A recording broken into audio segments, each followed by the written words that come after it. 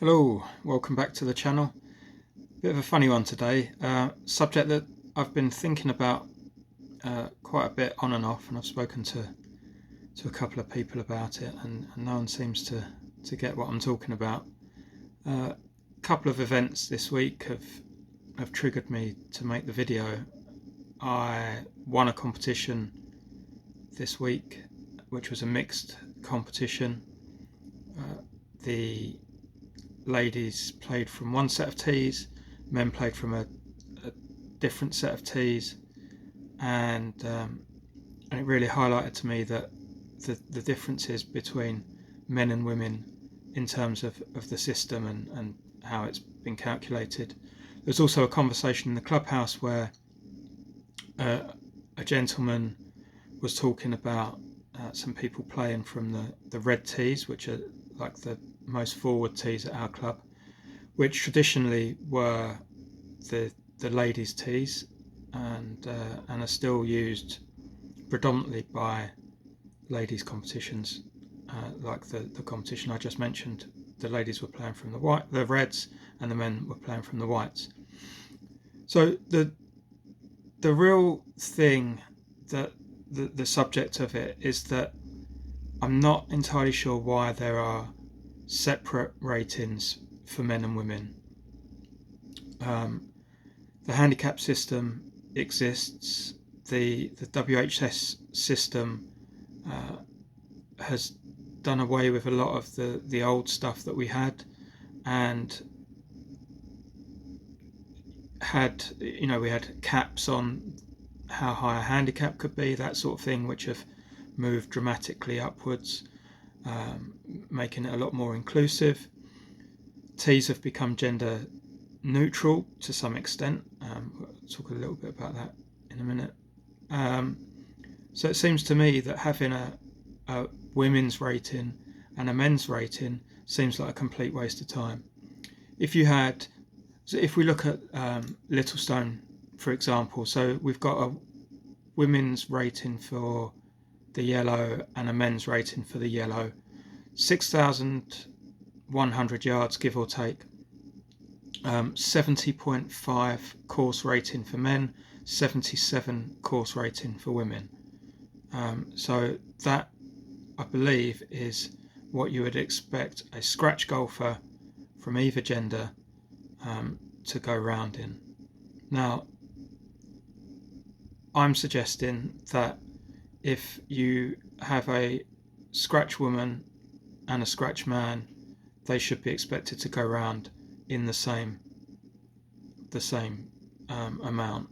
So if we're suggesting that a scratch woman is 6.5 strokes worse than a man at this length of course, with the difficulties taken into account, that perhaps the course rating, a gender neutral course rating, would be something like 73, and the man that was at 0 would actually be off minus 1.5, and the lady that would then be off 4.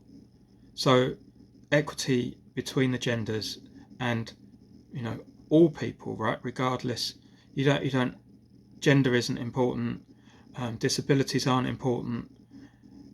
Anything else you can think of just disappears, and people are competing on a level playing field.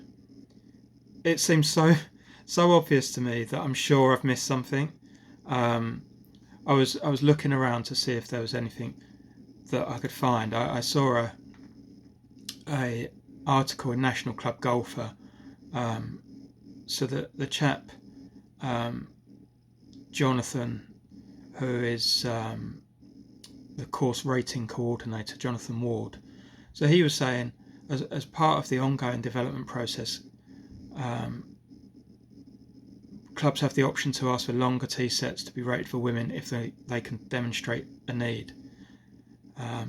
He's basically saying that there were 1,800 golf clubs that needed rating when the WHS came in, and that they took the pragmatic approach to only rate the red tees for women. It seems to me if we just ignored the fact that there were men and women. It could have all just been rated in one go, saved a bunch of money, and just done away with this issue. My daughter plays golf. She's 14. Playing from the forward tees is absolutely the right thing for her as a 14-year-old. But as she develops, I think that understanding that some women do hit it as far as some men, and not having her feel that because of her gender she should be limited in her golf, doing away with gender specific ratings and slopes would go some way toward that. Now, there's something else that's a little bit odd, and it might only be a handful of clubs. It's definitely true at our clubs, is that the forward tees, in being rated for the men, have different pars. So I played the red tees recently with a friend of mine. We did it just for an experiment. It's rated for men, so we could.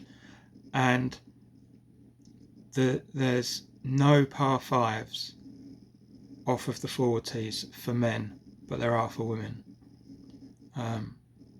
It's a bit of an odd situation where, even worse than the Stableford situation where you're like, okay, I get a shot here, you don't. It's like, this is a completely different par. I guess it's the same kind of idea, but it was hard to get my head around when I was playing, and you see par fives as the scoring opportunities, and to take those off the scorecard is a little bit of a mind shift. So, if I've missed the intent, if I'm just being an idiot, someone please explain it to me, because I've brought this up a couple of times. Like I say, no one gets what I'm talking about. I've replied to Instagram posts talking about the women's game and growing the women's game, and how I feel that this would go some way towards it. We don't have to worry about people that identify differently, gender fluid people, non-binary, just having one set of slopes and course ratings for all, and letting the handicap sort it out, seems like the thing to do.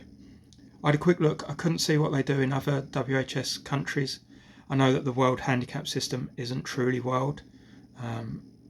Our implementation is different from the US. So I'd be really interested to hear how gender is handled in your country. But yeah, like I say, if I've missed the point, please let me know. If I've offended you, I'm sorry. That's not the intent. Sometimes I just see things and think, why? Hope it was enjoyable. Just a quick one today.